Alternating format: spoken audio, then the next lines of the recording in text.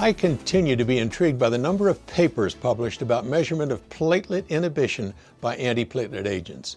Yet another report just appeared in Lancet, the RAPID Gene Trial. This tested bedside genetic testing for the CYP2C19 allele.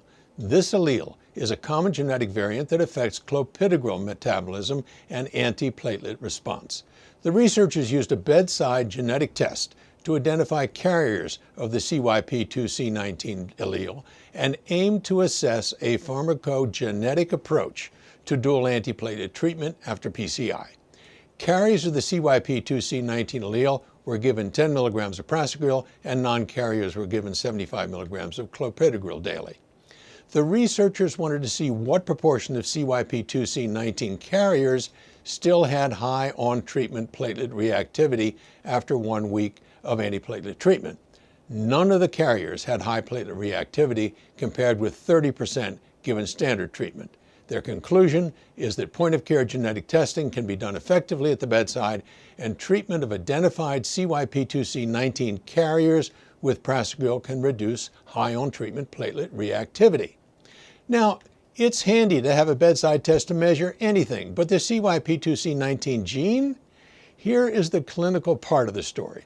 In the European Heart Journal, researchers report on a subset of patients from the KARISMA trial who consented to genotyping.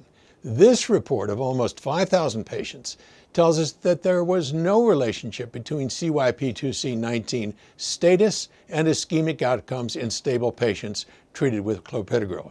However, clopidogrel-treated patients did have a significantly lower rate of bleeding in carriers at 36 versus 43% in non-carriers, suggesting less antiplatelet response.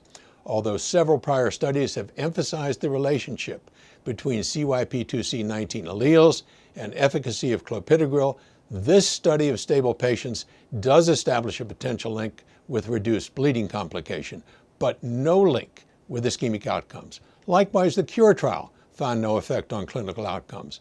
My conclusion is that this is all interesting science, but not yet clinically relevant.